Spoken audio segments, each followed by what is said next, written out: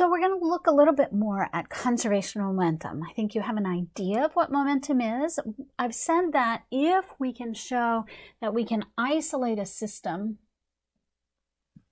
so that we can say the sum of the external forces, the forces outside the system, add up to equal 0, then the momentum is conserved. And I think we'll be well served by an example here. So here's a fairly simple one.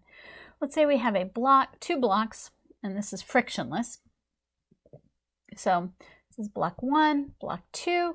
Block 1 is moving with some speed v. It's in that direction. Block 2 is just sitting. If we call our system now block 1 and block 2, so this is our system, then we do have some external forces. We've got weight down, normal forces up, but in this, the two just interacting together, we can say the sum of the forces is equal to 0.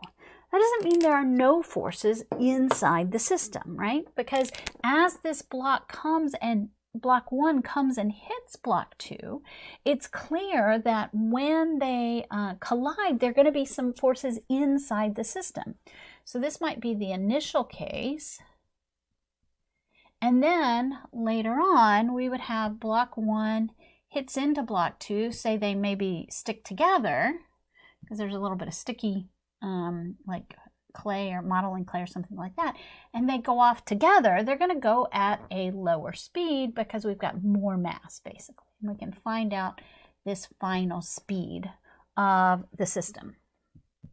Okay, but our system is still that. That's our system still. Okay, and the way we use this, first we check the sum of the external forces, the weight and normal all cancel out. There's some internal force, and I really don't know a lot about them. Do I know how strong this block 1 hits this block 2 when it sticks? I don't. I don't even know anything about the energy, mechanical energy that happens here, but I can say something about the momentum.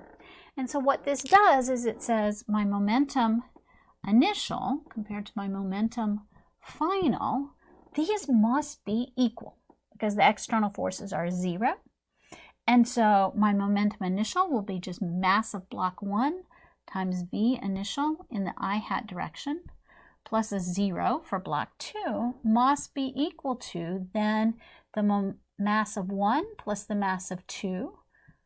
These masses together are going this same speed, v final, in the I hat direction. And what that tells me is that I can actually solve for this final speed, and I get m1 times v initial all over m1 plus m2. That tells me my final speed. Right? And that's all there is to it. And we know that this final speed is going to be smaller than this speed here because, of course, the denominator is bigger than just this m1 by itself because mass 2 can't be negative.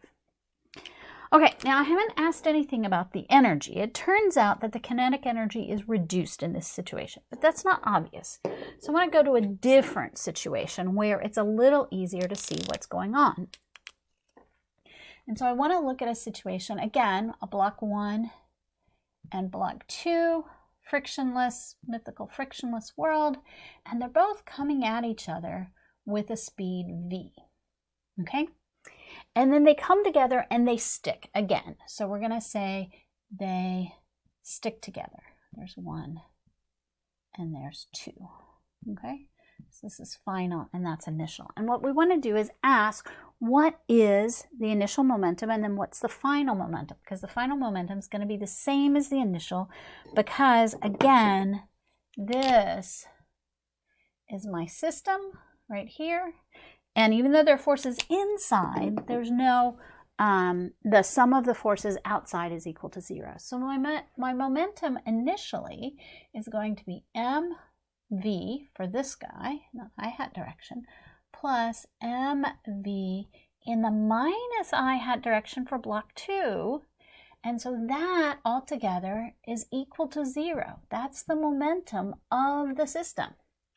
So my final momentum, my momentum final must be in this particular case equal to 0, which means my speed is equal to 0. I think it's pretty easy to see in this case, at the final situation, my kinetic energy is obviously 0, but my kinetic energy up here, kinetic energy initial, is not equal to 0. Okay, so I have lost kinetic energy. So this is a situation where we have lost mechanical energy. In this case, kinetic, but in general, a loss of mechanical energy, and where it's gone is to likely some thermal energy and maybe even some deformation of whatever happens when these things collide. Like if it's clay, it heats up, there's some deformation of the clay when two things stick together. So it goes into other forms. It is possible, of course, to start out with this same situation. So this is our same initial situation. And I guess we want to quantify this. Our kinetic energy in this case, kinetic energy initial, is 1/2 mv squared for block 1, 1/2 mv squared for block 2. Because the v is squared, the negative doesn't matter, so that's going to be times 2. So our initial kinetic energy is, is just mv squared. Okay. So we could have the same two blocks, the same initial, so same initial setup, but then afterwards they bounce off of each other. So they go back out.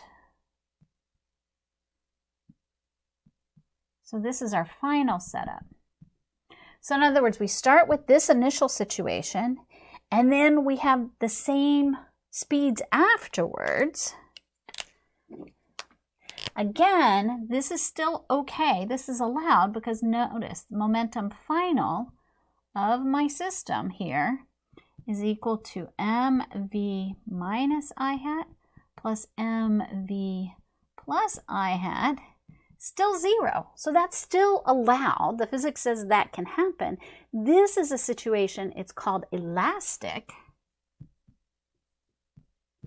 because they bounce off of each other, and the final kinetic energy is equal to this mv squared. This 1/2, I'll do 1/2 mv squared plus 1/2 mv squared. The final kinetic energy is the same as the initial. Okay, so I compare this initial with this final, and I get the same. So an elastic collision is when your mechanical energy is conserved along with your momentum. So elastic is really a special case where mechanical energy is also constant.